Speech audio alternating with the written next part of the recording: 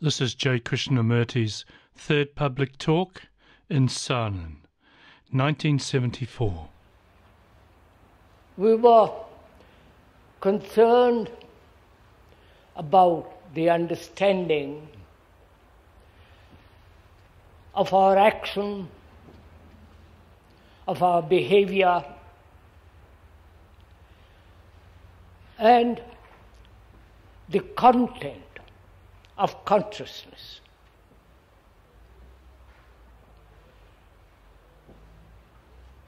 Unless we understand the nature and the structure of this consciousness in which we act,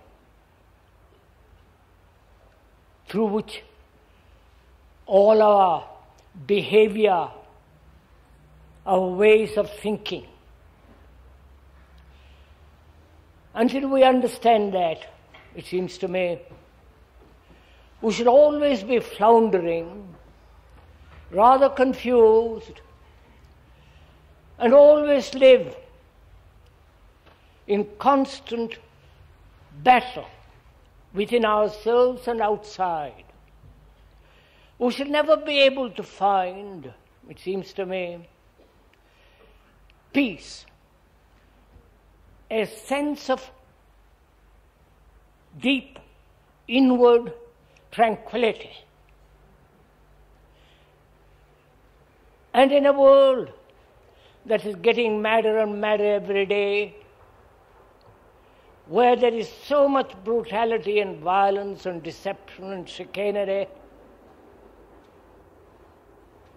it's so necessary that all of us should understand this immense problem of living. And we can understand that field which we call the living only when we understand the content of that living.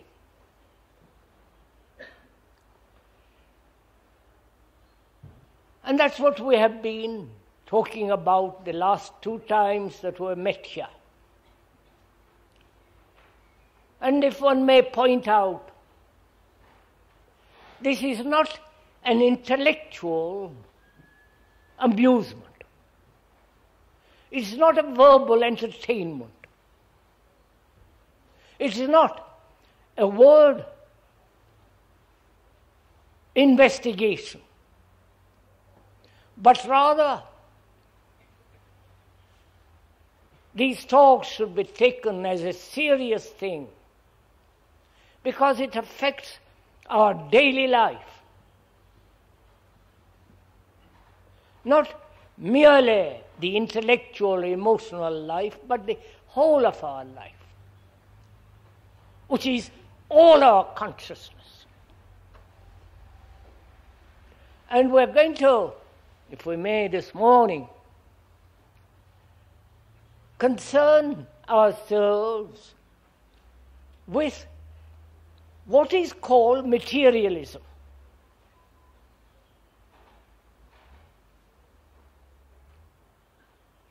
Materialism means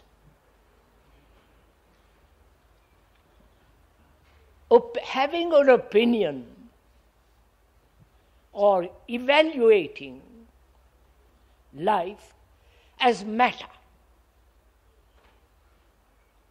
I'm going to go slowly. Please follow this. Matter, its movement, its modification, also consciousness and will as matter. That is what the materialists maintain. Please, you have to understand a little bit of this. Because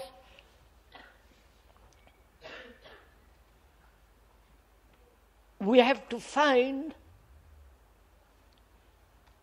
if there is anything more than matter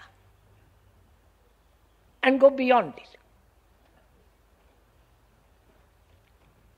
And therefore it's not merely an intellectual amusement and investigation, but rather a deep inquiry whether our minds, our whole relationship, our social, economic, and religious life is entirely material. In the sense, materialism means having an opinion that all existence is matter. Its movement, its modification, also its consciousness and will. Please, you have to understand this little bit.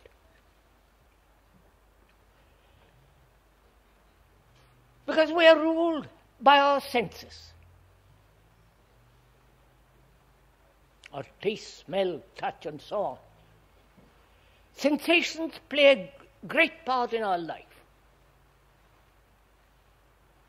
And thought,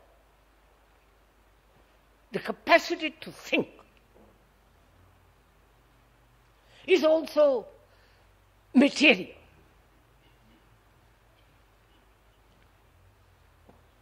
That is, the brain, if you examine it, I'm not a specialist on brain. If you examine, if you are rather aware of your activities, you will see that the brain cells hold memory.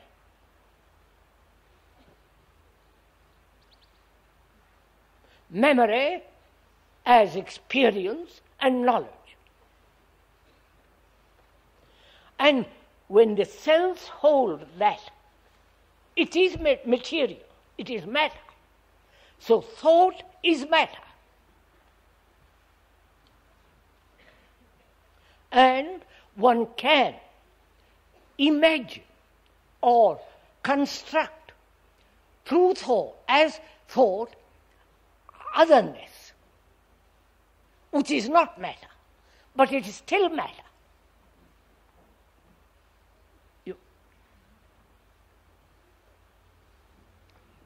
That is, we know that we live in a material world.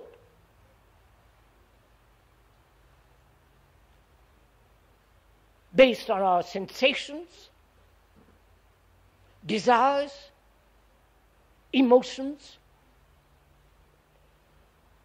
and we have constructed a consciousness which is essentially the product of thought, with its content. We know that, if you have gone into it very deeply and seriously, not just romanticize about it.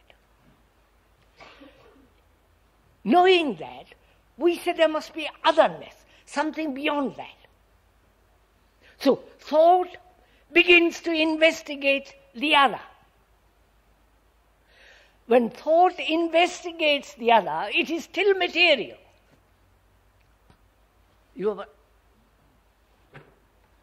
Please, this is important to understand, because we are all so romantically minded. All our religions are sentimental, romantic. And living in this very small field of materialism, we want to have something much greater, beyond. That's a natural desire. So thought constructs a verbal and non-verbal structure of God, otherness, immensity, timelessness, and so on, so on. But it is still the product of thought. So it is still material.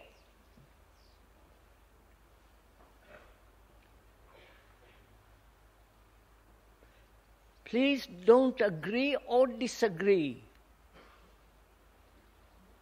We are not doing propaganda, not trying to convince you of anything.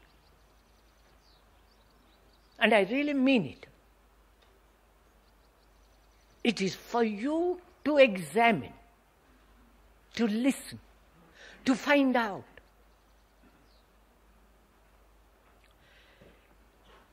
So,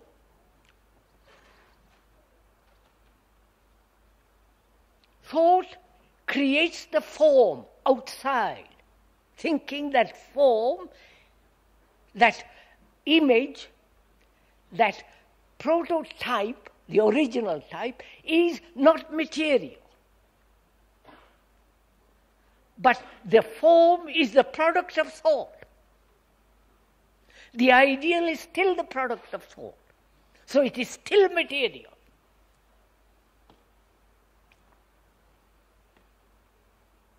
And if you go to India or in the East, they will tell you that we accept that.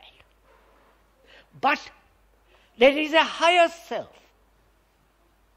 There is a super-consciousness which dominates the material, or it is enclosed in the material, as you have the soul. There they call it by a Sanskrit word, Atman and so on. But the Atman, the super-consciousness, the soul, is still the product of thought. Of course it is. Do you understand? So thought is matter. And whatever its movement, inside, outside, trying to go beyond itself, is still material.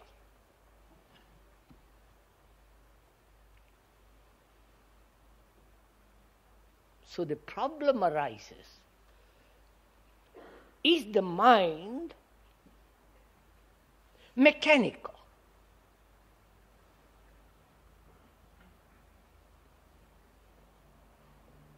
That is the mind your mind? Your thoughts, your feelings, your reactions, your responsibilities, your relationship, your way, your opinions, and so on, are they merely mechanical? That is, responding according to its conditioning, according to its environmental influences, and so on.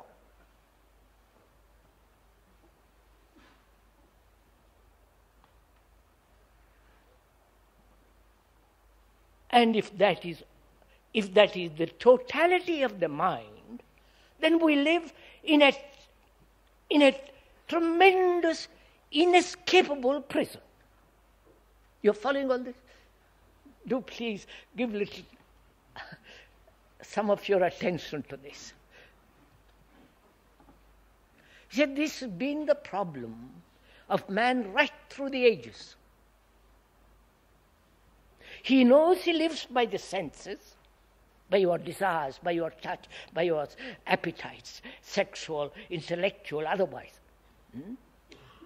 And he questions, is that all?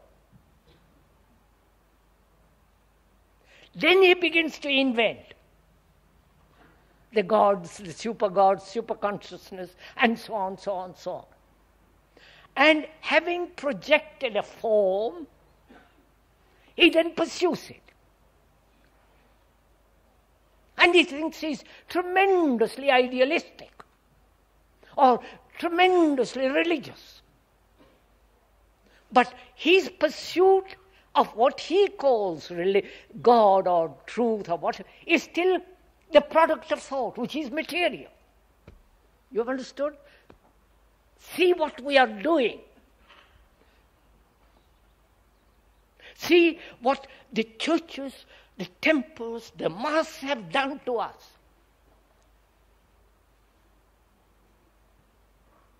To each one of us, this sense of great deception on which you have been fed, and we think are extraordinarily idealistic.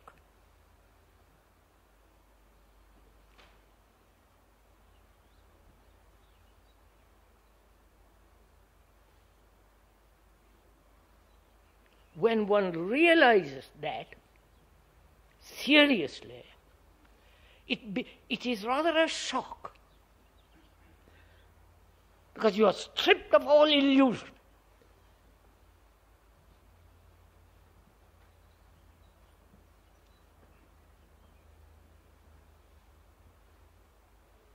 So you then begin to ask, if you have gone that far seriously,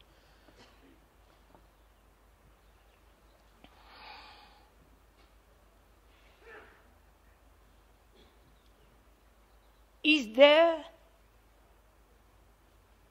a movement other than the movement of thought? You following?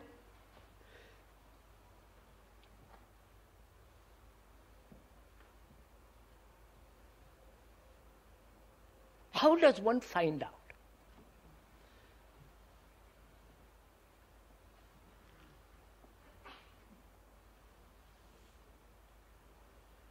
Now, to find that out, we must examine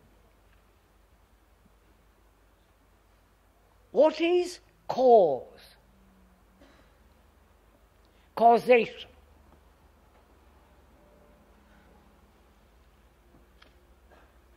If I am trying to find out something beyond the material, what is the cause of my search? You are understanding? The cause of my search is either an escape from this or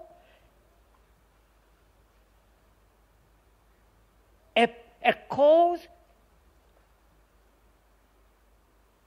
No, I'm thinking with you, and I have to inquire. I'm inquiring. I'll do it for you. You see, cause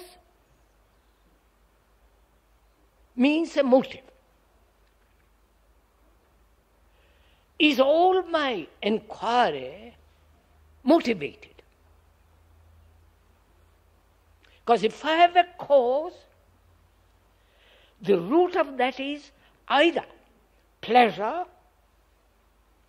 or the escape from fear or total dissatisfaction with what is, and therefore the cause projects its own answer. You're following this? Therefore, to inquire into the other, my mind must be without cause. You're following all this?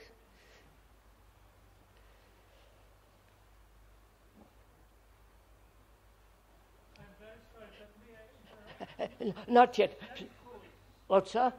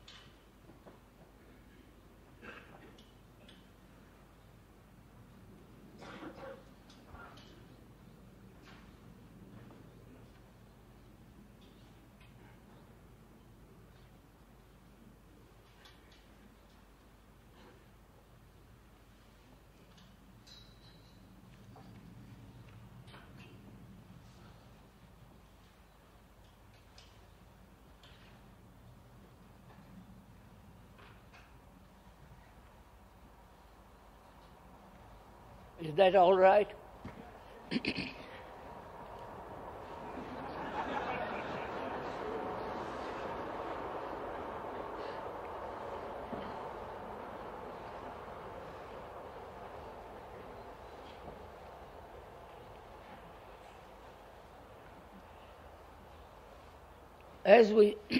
As we said the other day,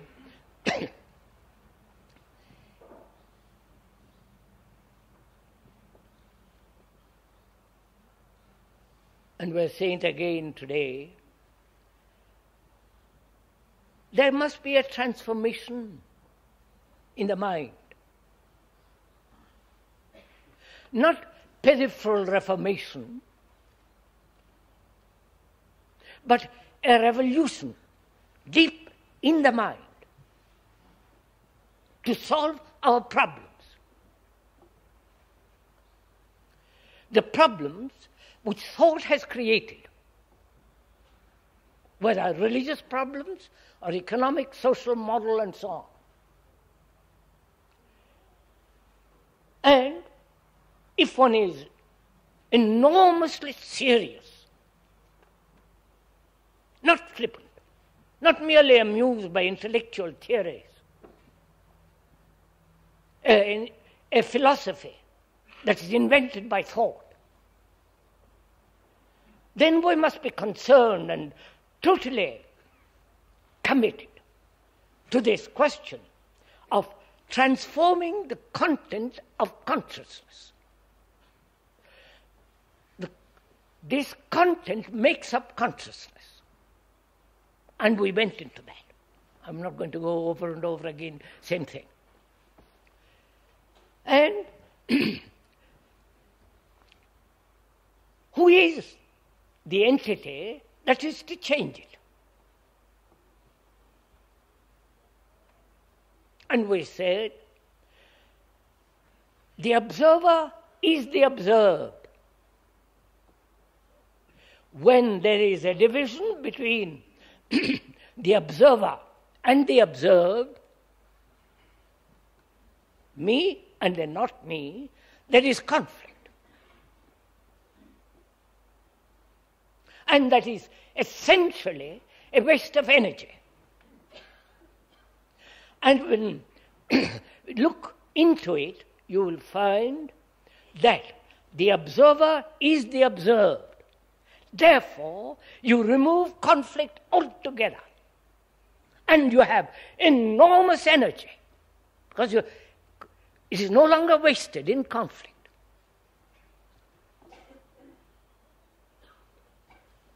Now, this energy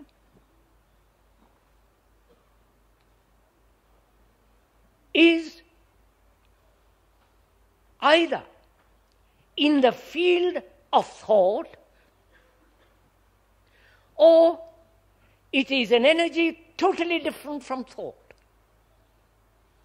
Thought creates its own energy. That's obvious. So we're asking now whether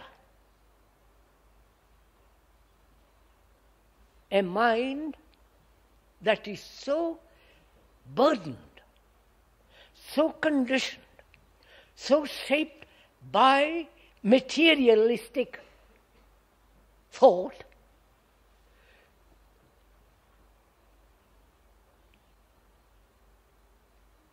for such a mind,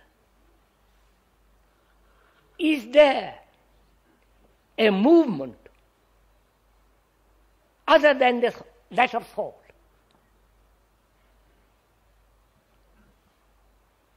So we said, to find that out, we must look into cause of this search.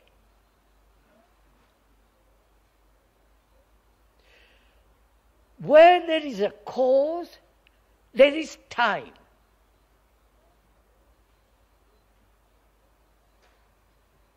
Because the cause produces an effect, and that effect becomes the cause later. Right? Please. Are you following all there, or is this too difficult?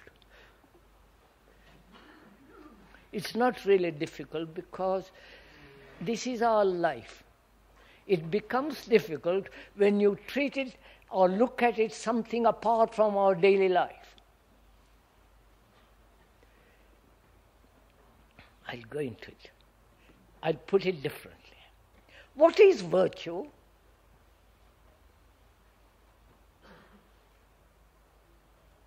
What is morality? Is morality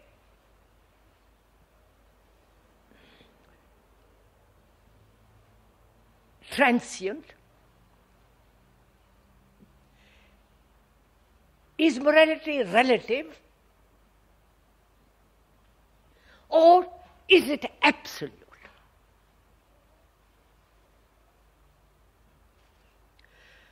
For us, in modern world, morality is relative.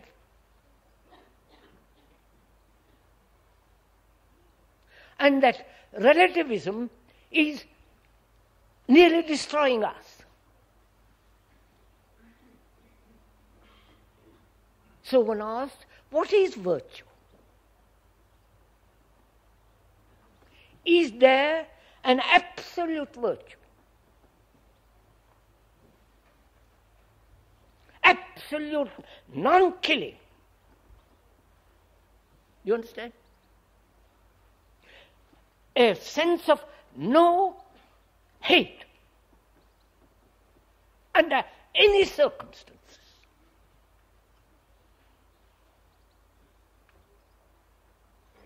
Is there a sense of complete peace, absolute peace, which can never be disturbed?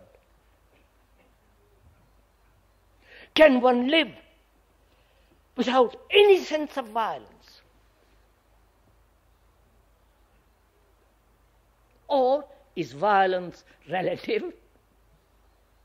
Killing is relative, hate is modified, and so on. You're following all this? So what is virtue?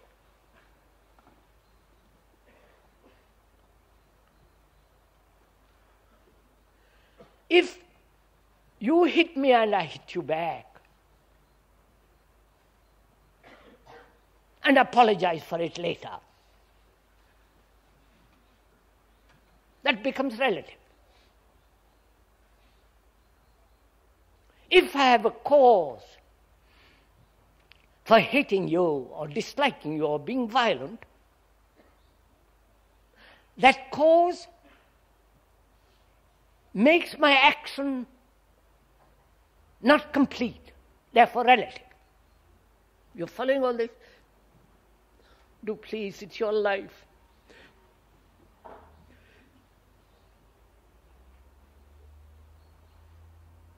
Is there a way of living which has no cause? Because the moment you have a cause, it becomes relative. Right? You're following all this? Do please. If I have a cause to love you, because you give me comfort, psychologically, physically, sexually, morally, comfort, it is not love.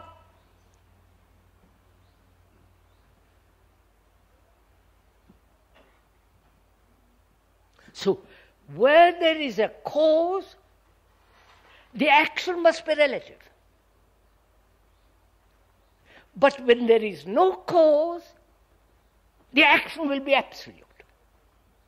You're following this?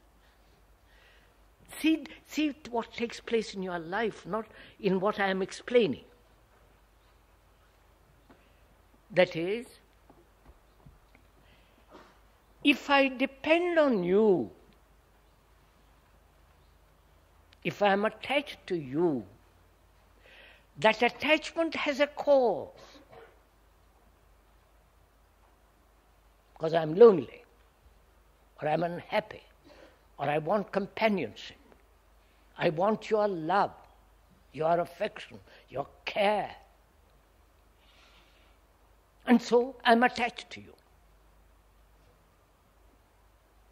And from that attachment, there is great sorrow. There is pain. Because you don't like me, or you tolerate me, or you give me a little of your affection and turn to somebody else. So there's jealousy, antagonism, hate, and all the rest of it follows. So where there is a cause, please understand this, in your life, where there is a cause, action, morality must be relative.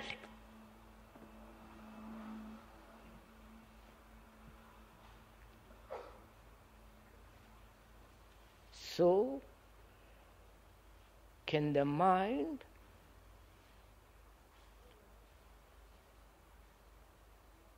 be free of form, free of the ideal, that ideal, that form has a cause?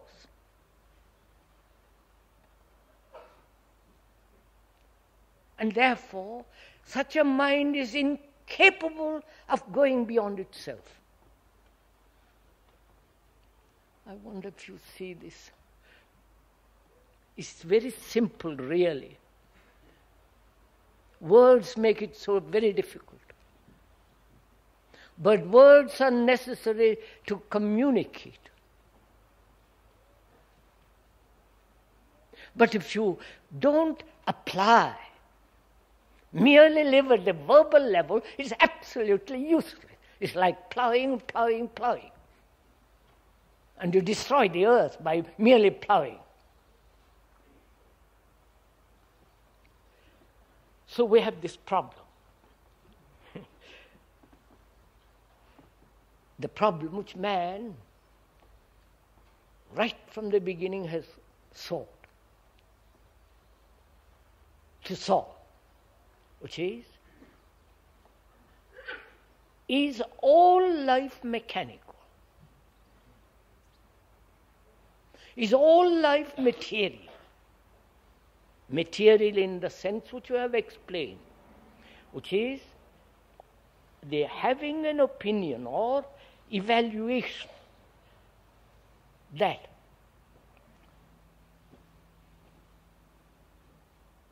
all existence is matter. Its movement, its modification, please listen to all this carefully. And also, consciousness, with its will, is also matter.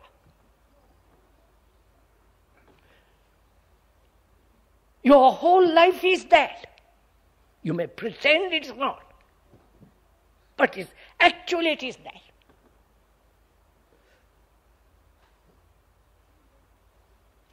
Having that, being enclosed in that, thought creates a form,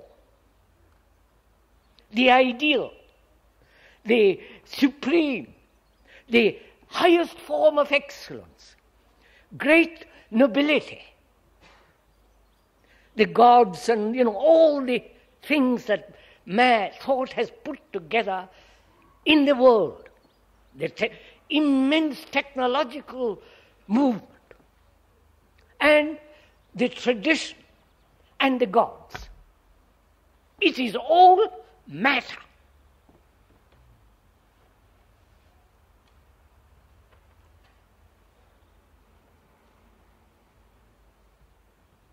And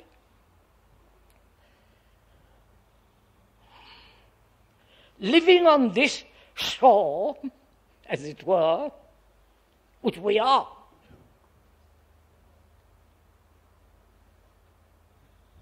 our wars, our battles, our hatreds, our political appalling, all that. We are on this side of the river.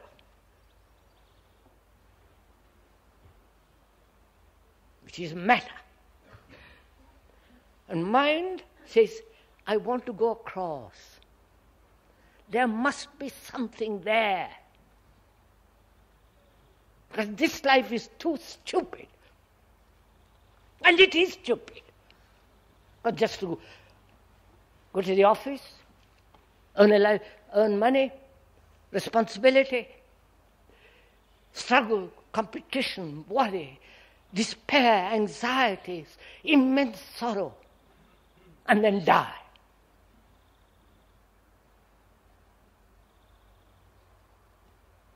And we say, that's not good enough.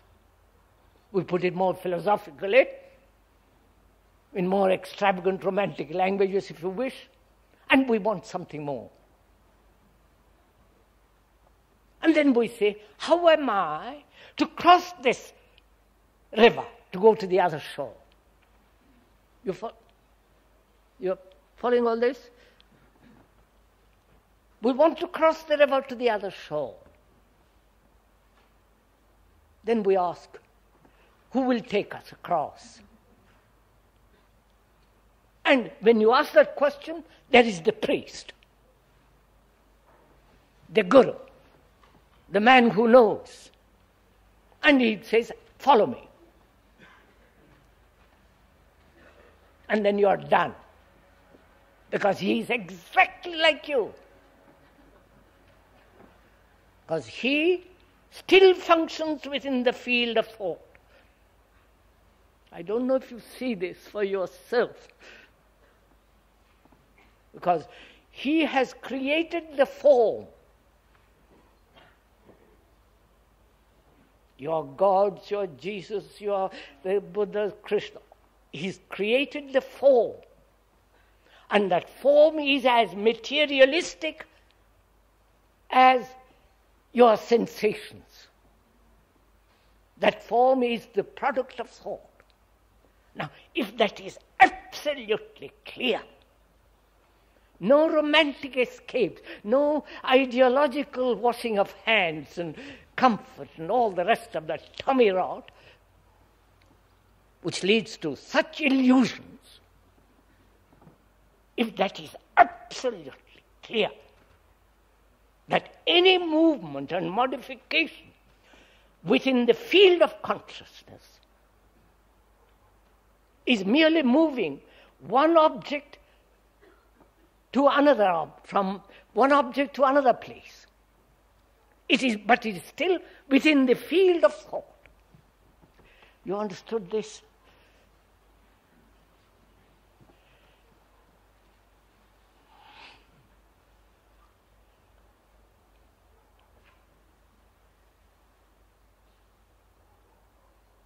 So what is the mind to do or not to do?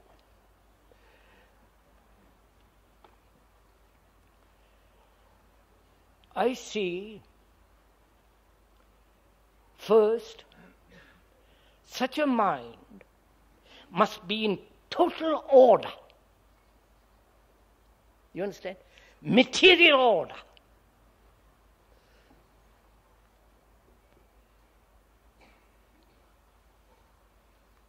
Because if it is in disorder, it can't go away from itself.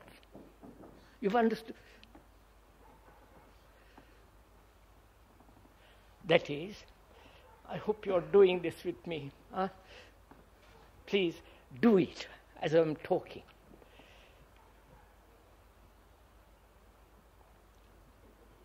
Thought is matter, and all its activity within this consciousness has created an extraordinary sense of confusion and disorder. Politically, religiously, socially, morally, in relationship, in every direction, it has created disorder. Your life.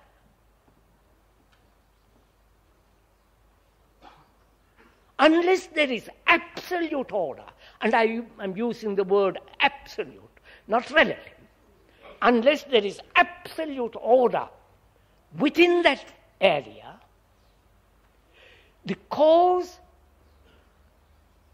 to move away from that area is still the product of disorder.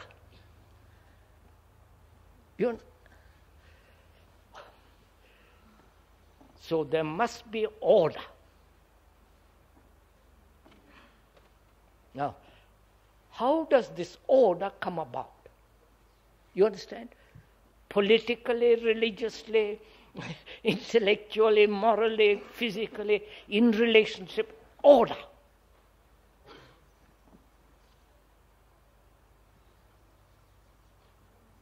And absolute order, not convenient order, not relative order. Now, how is the mind, which has been trained, educated, conditioned to live in disorder and accept disorder? You follow? That's our life. How is such a mind to bring order in itself?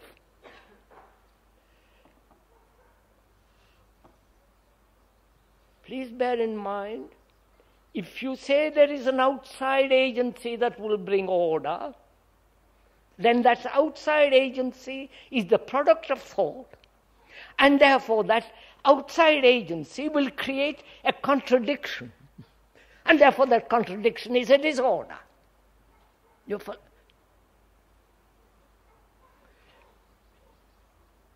If you say will, please listen, the action of will bring about order, then what is will? Who says, I will do that?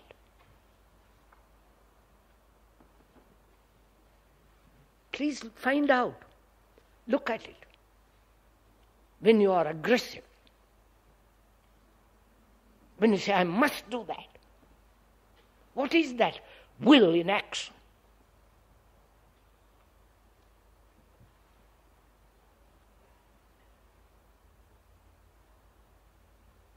It is, isn't it, desire, a projected end to be achieved, that projected end conceived by thought. So it is desire for success, achieving an end, projected by thought as an ideal, as a form, as an original pattern. So, it is still thought.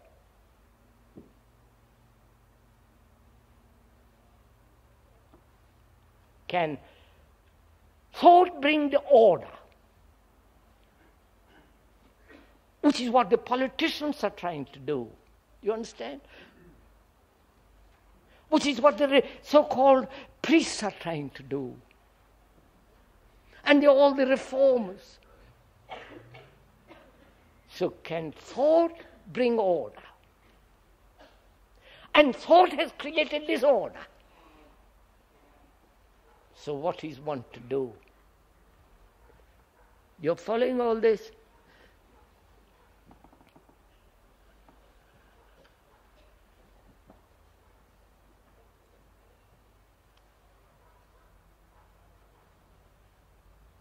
Now, can the mind, your mind, observe, see this disorder?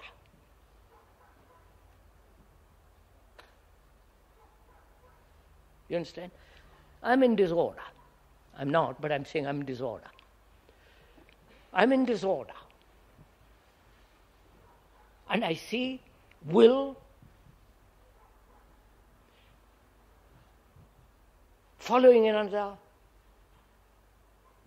having the desire to overcome it, is still within the field of disorder. So I say to myself, what am I to do? What is the mind to do? First of all, do I know disorder? You understand? Does the mind see disorder? Or does it see the description of disorder? You're following this? Please do. Are you following this?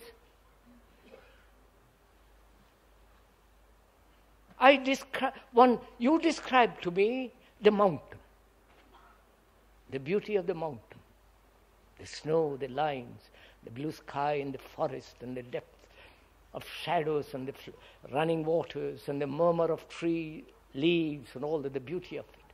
You describe to me. And the description catches my mind. And I live with that description. But the description is not the described. So I'm asking myself, am I caught in the description, or am I actually seeing disorder? You see the difference? One is intellectual, the other is factual. Right? Now, is the mind observing its disorder? Which means no word, not caught in the description, but merely observing this enormous disorder. Disorder being contradiction, and so on, so on, so on. Please follow this. Can the mind observe it? And to observe its own disorder, is there an observer looking at it? Or there is no observer at all, merely observing? This rather becomes rather difficult, if you don't mind, if you pay little attention to it. I observe you. I see you. I met you last year. You were pleasant to me or unpleasant to me. You flattered me or you insulted me or neglected me. So the memories of that remain. Right? The memory. And this year I meet you. The memory responds. So that memory is the past. That memory is the observer. Of course. So can I observe this disorder? Please listen. Can the mind observe this disorder? Social, moral, all that disorder, which is created by thought, in which I am, which is part of me. Can I observe this disorder without the observer? If the mind can do it, then what takes place? That is, I'll explain a little more. If the observer is there looking at disorder, then there is a division between the observer and the observed. Then in that division, conflict takes place. I must control it, I must change it, I must alter it, I must suppress it, I must overcome it, and so on. That's a conflict. Now, when the observer is not, but only observation, then there is no conflict. You are merely observing.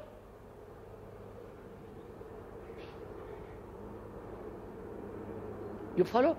Then you have energy to go beyond disorder.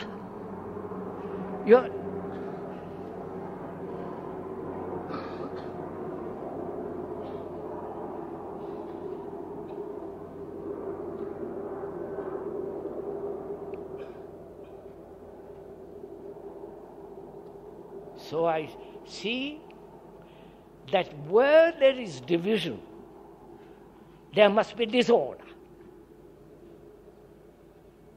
Right?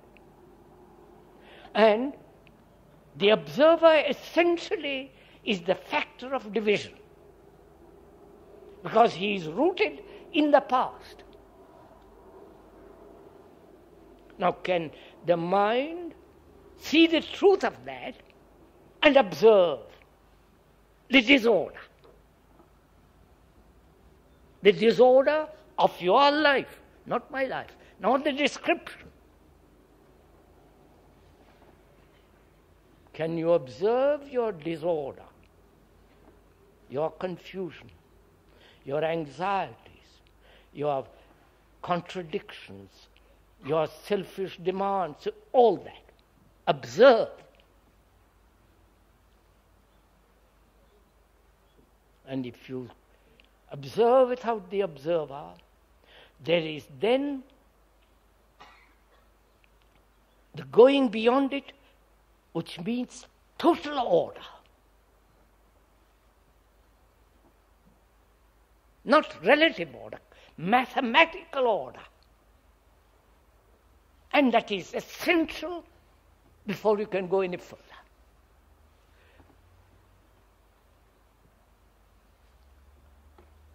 Because without order in the material world, in the world of matter, in the world of thought, you follow? You have no basis to move. The mind has no foundation to move. I wonder if you see all this.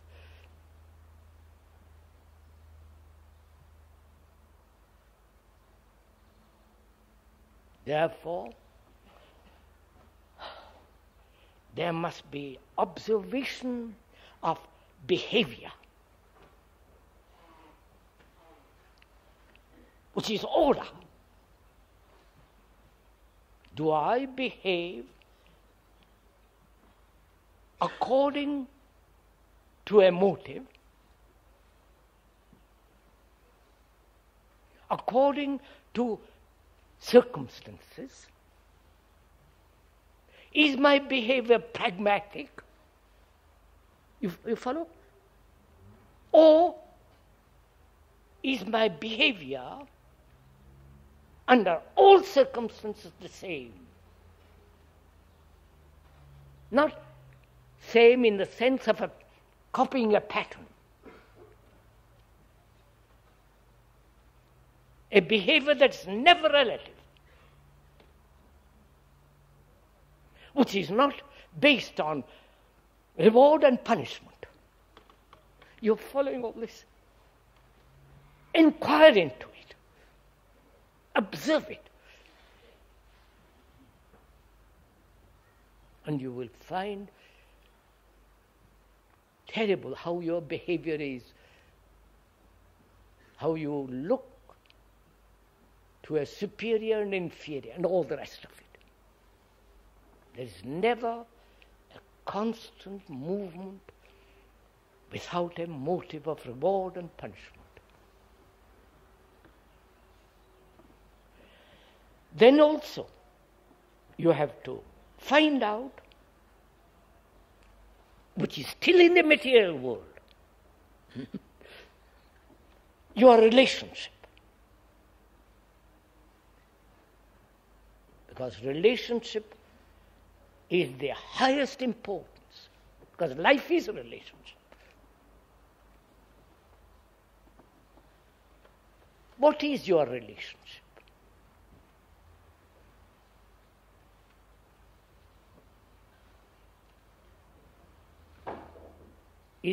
Have you a relationship? To be related. Relationship also means to respond rightly, adequately to any challenge in that relationship. You understand? Come on, sirs.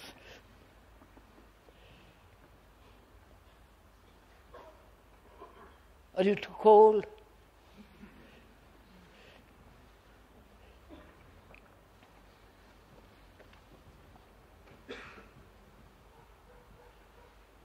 In inquiring into a relationship, is my relationship with you intimate or personal or not so intimate?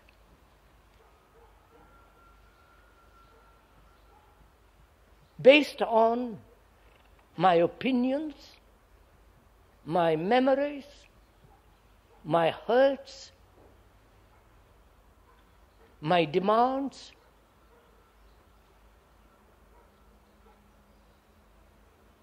my sexual appetites.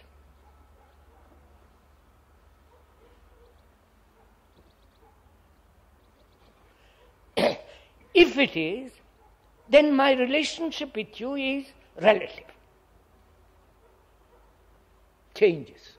I'm moody one day, not moody the next day. The next day I'm frightfully affectionate. Third day I hate you. Fourth day I love you, and so on, so on, so on.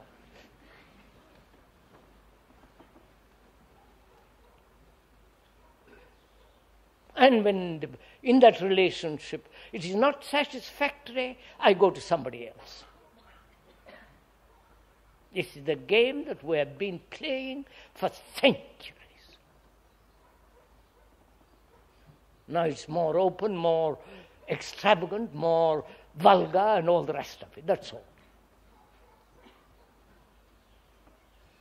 So mind has to find out what actually its relationship is. Because unless there is complete harmony in the world of material in which I live, which is part of me, in me, which is my consciousness, the mind cannot possibly go beyond itself. You understand this?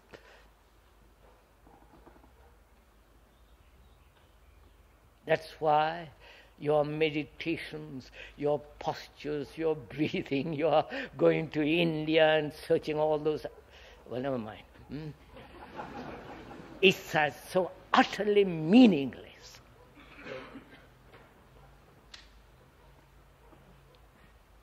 So, is my relationship relative? And is all relationship relative?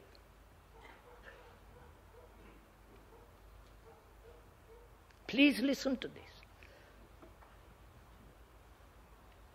Or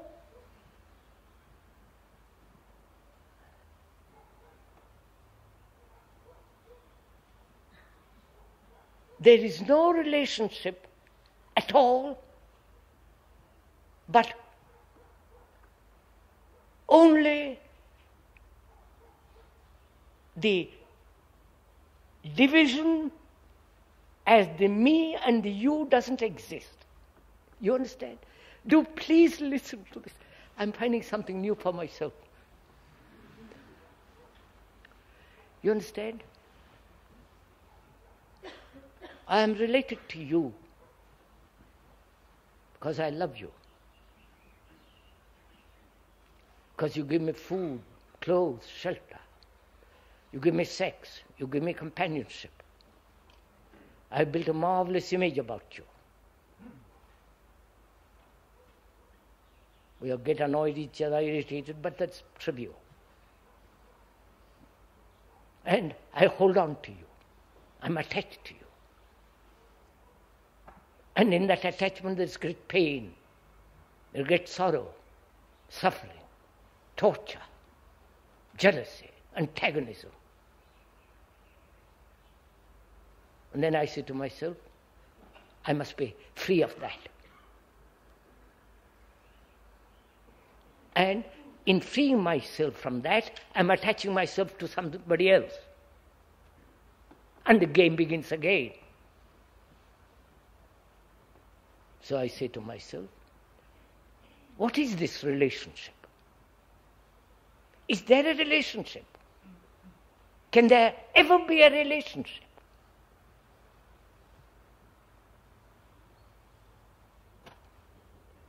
The me that's pursuing my appetites, my ambitions, my greed, my fears, my wanting to have more prestige, more greater position, and so on, so on. And the other also pursuing his own demands. So, is there any relationship possible at all between two human beings, each functioning, each pursuing his own exclusive selfish demands? So, there may be no relationship in that direction at all.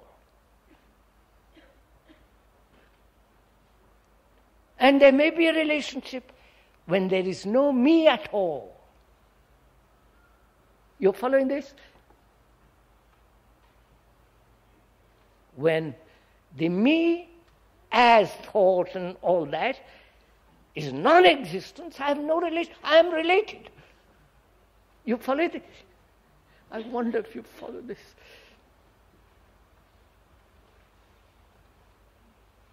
I am related to you, to the trees, to the mountains, to the rivers,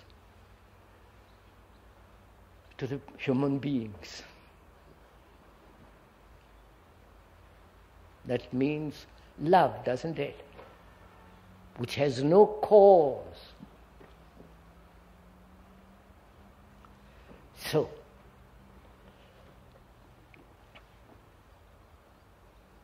consciousness with its content is within the field of materialism.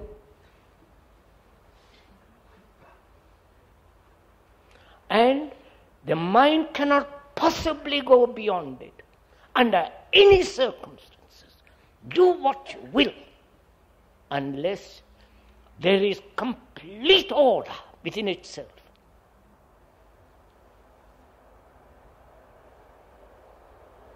And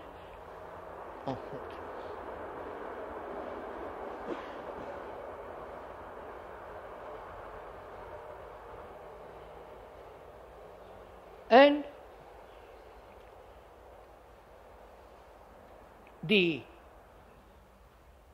conflict in relationship has totally come to an end, which means a relationship in which there is no me. You understand all this? Sirs, this isn't a verbal explanation. The speaker is telling you what he lives, not what he talks about. If he doesn't live, it's a hypocrisy. It's a dirty thing to do. So when the mind has order and this sense of total relationship,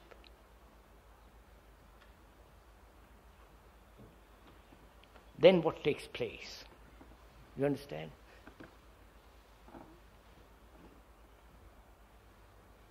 Then the mind is not seeking at all. You understand?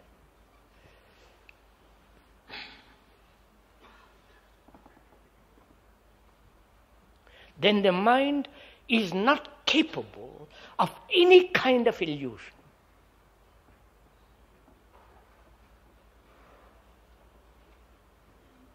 That is absolutely necessary, because a mind can invent, which is thought, can invent anything, any experience, any kind of vision, any kind of super consciousness and all the rest of it. So,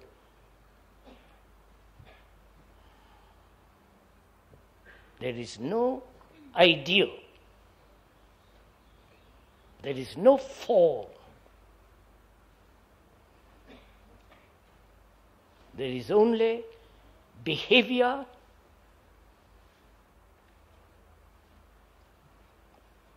which is order and the sense of relationship for the whole of man.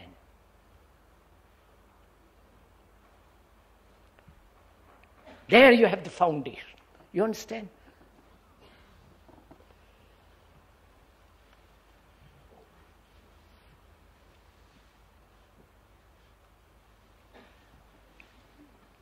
Now, other question from this arises.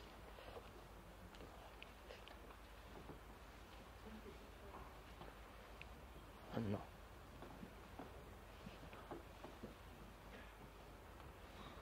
I have talked for an hour? No. All right. We can't go into it. I'll just show you something.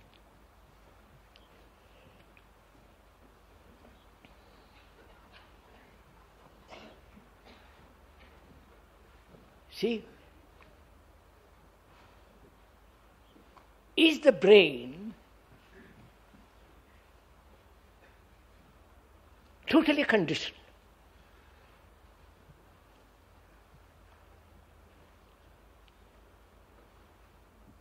You understand? You've understood my question? I've got this brain. There is this brain of man, educated,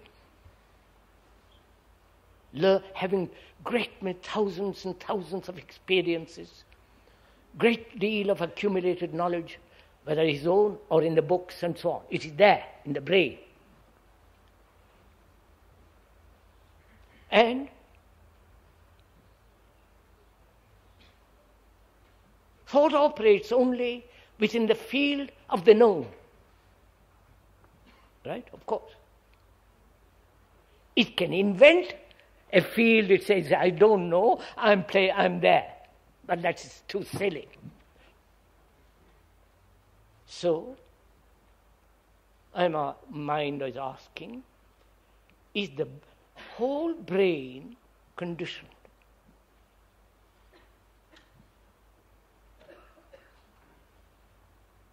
Conditioned by the culture it has lived in.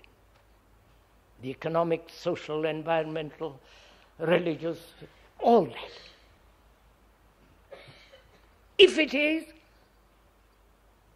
then it cannot go beyond. You follow?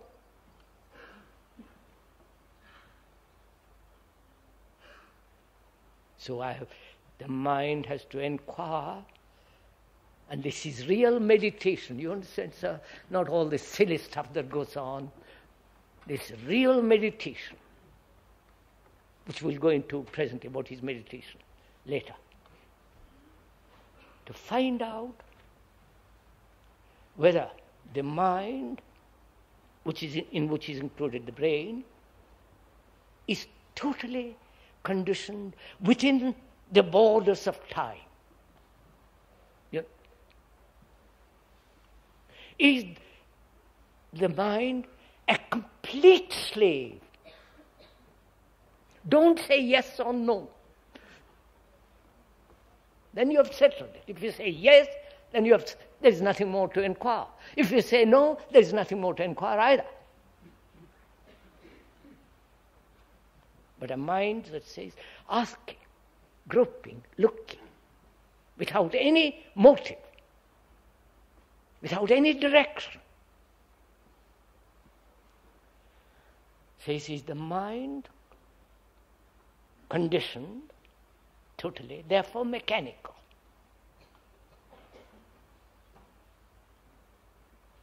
And you see, it is mechanical. When it is functioning in the field of knowledge, it is mechanical. Whether it's scientific or technological or the priestly tradition, it is mechanical. Repetition, repetition, repetition. And that's what we are doing. The repetition of a certain desire, sexual or otherwise, repeating, repeating, repeating. Therefore, mind asks itself, is the totality of this thing mechanical? You're following this?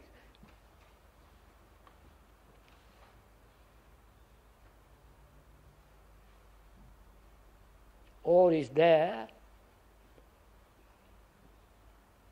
in this field of the mind,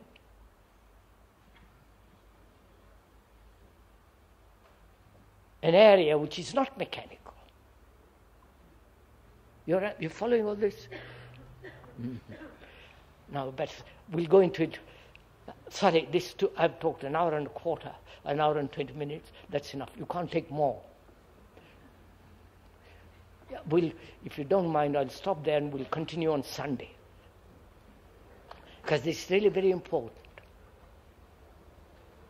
Which is, where there is a cause, it must be mechanical. I hope you see this. Just a minute, sir. Wait a minute. Please, just a minute.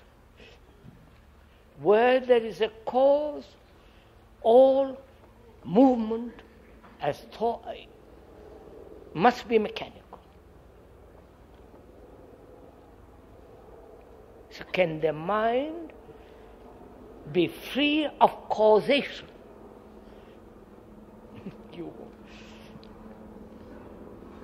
Therefore, is there a movement which is not of time?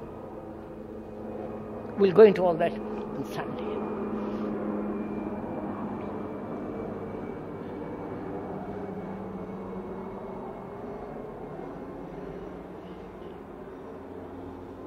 Yes, sir. Just a minute, let them.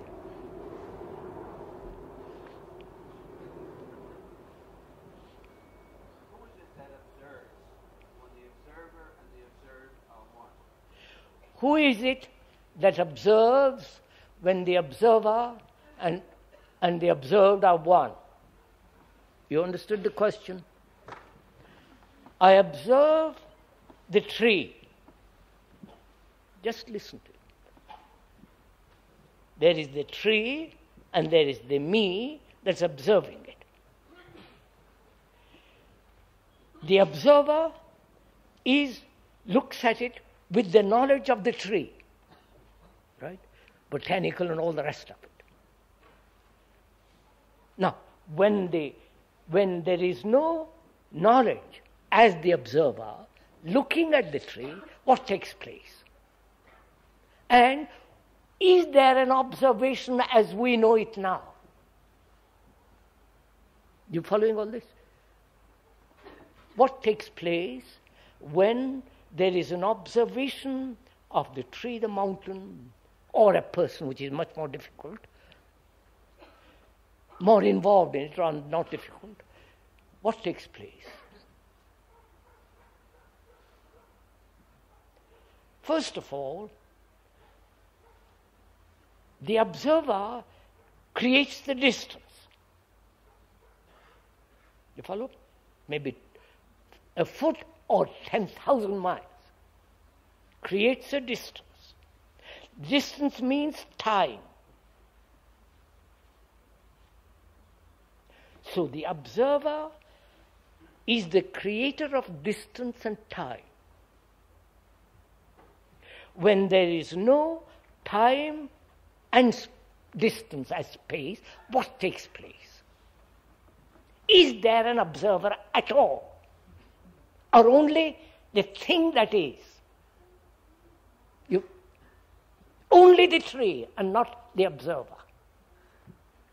You don't become the tree, which would be too silly. Only that. Therefore, what takes place? When I look at when there is the observation of a human being, listen to this. I observe you. There is an observation of you. When the observer is there, the observed being the past, then there is a distance between you and the observer. The observer has been insulted, flattered, whatever it is. That's the past. He creates the distance between you and the observer. When the observer is not, the distance and time ceases, doesn't it? I mean, you do it and you will see this happen to you. Then there is no reaction, but only the observation. The reaction is the observer. So you exist, not the observer. But the observer says, I have been cheated. Right? You have taken my money. I remember that. You have cheated me. Should the observer forget that? Please follow this. You have cheated, taken money away from me and left me naked or whatever it is. So I look at you without the reaction of the past, but knowing that it has happened. You follow this, sir? There is no reaction to it, but the fact is that.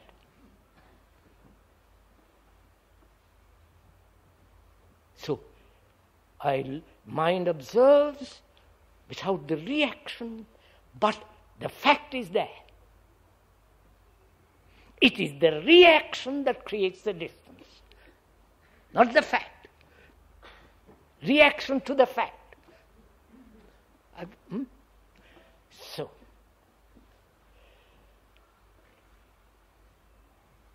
when the observer is not, which is the me is not, the observer is the me. When the me is not, there is only the fact. And the operation of the fact matters, not my reaction. I wonder if you see this. You know, this requires great attention, you understand, to one's observation, to your reactions.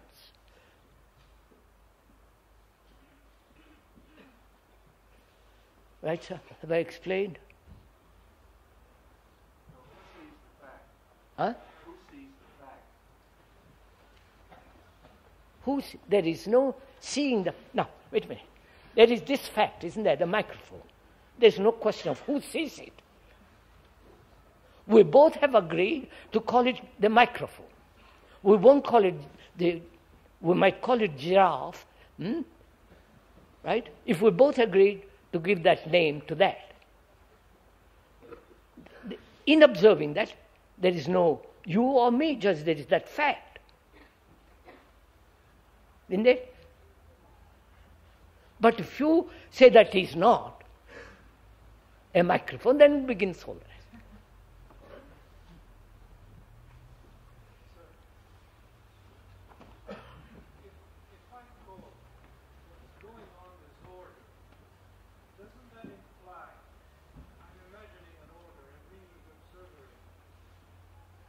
Oh, no, sir, I carefully explained. I am only, the mind is only concerned with disorder, right? Not with order. Because a disordered mind doesn't know what order is. A neurotic, unbalanced mind, how can it know order? All it can know is to be aware of its own disorder.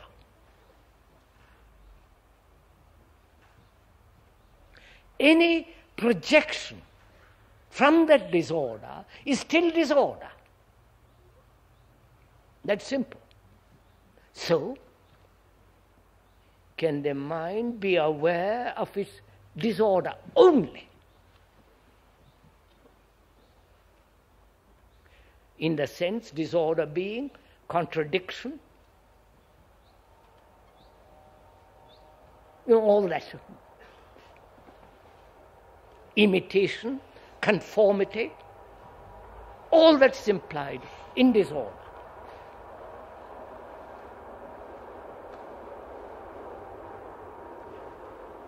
Disorder is the fact. The reaction to that disorder is the observer that brings the reaction. Now, can the mind observe that disorder?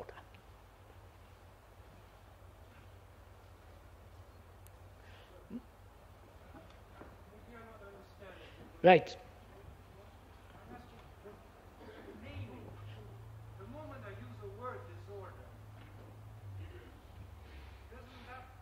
Yes. Now, I've said that previously, sir.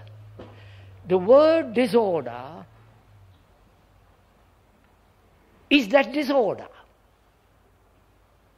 You understand? Is hunger a word or a reality? You understand? When you are hungry, that's a reality. But the word hunger is different from the reality. Or the word awaken the hunger. You follow? Are you following this? When we use the word disorder, I explain that, is that a description which then tells you what disorder is? Or without the description, you see the actual disorder. So, can the mind be free of the word disorder and look and discover its disorder? You understand? Am I explaining? No.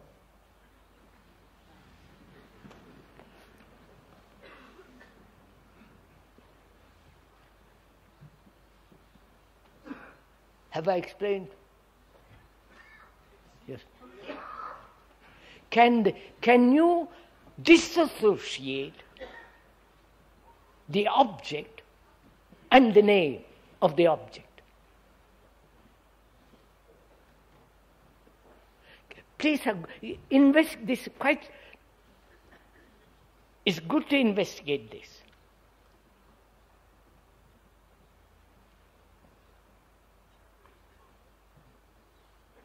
The name and the object.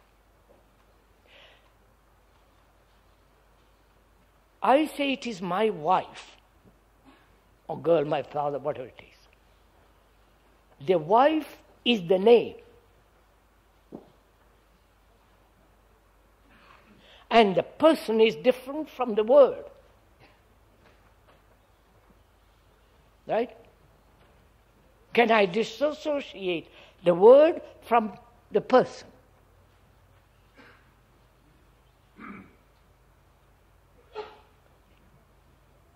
And does the word interfere from looking at the person? You follow? If it does, then the mind is a slave to the word and not the person. Not slave to the person. The person is not then important. Am I explaining this, sir, or not? So, we are caught in words. We are slave to words. And the word is the thing.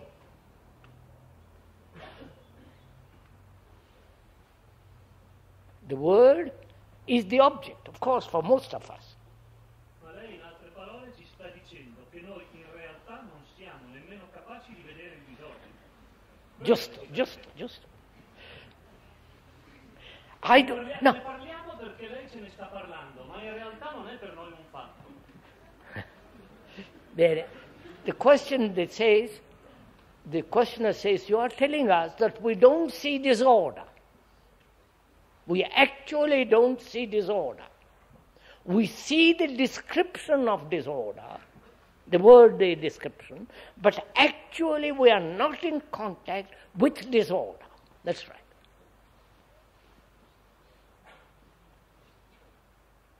Why? You mean to say you don't know your own disorder?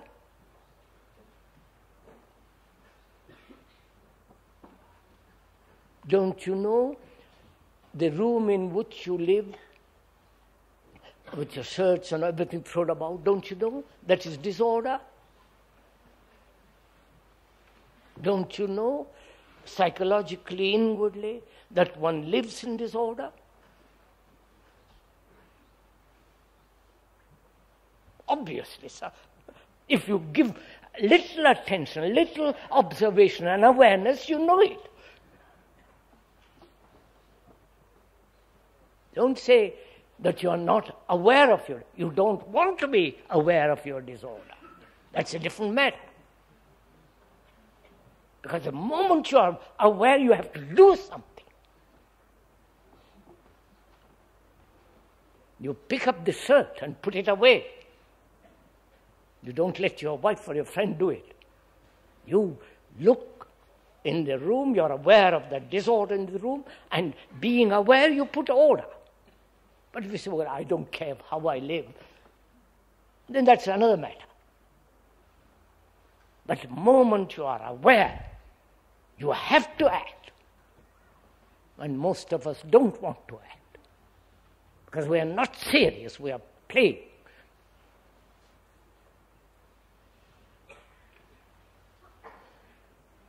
That's enough, don't you?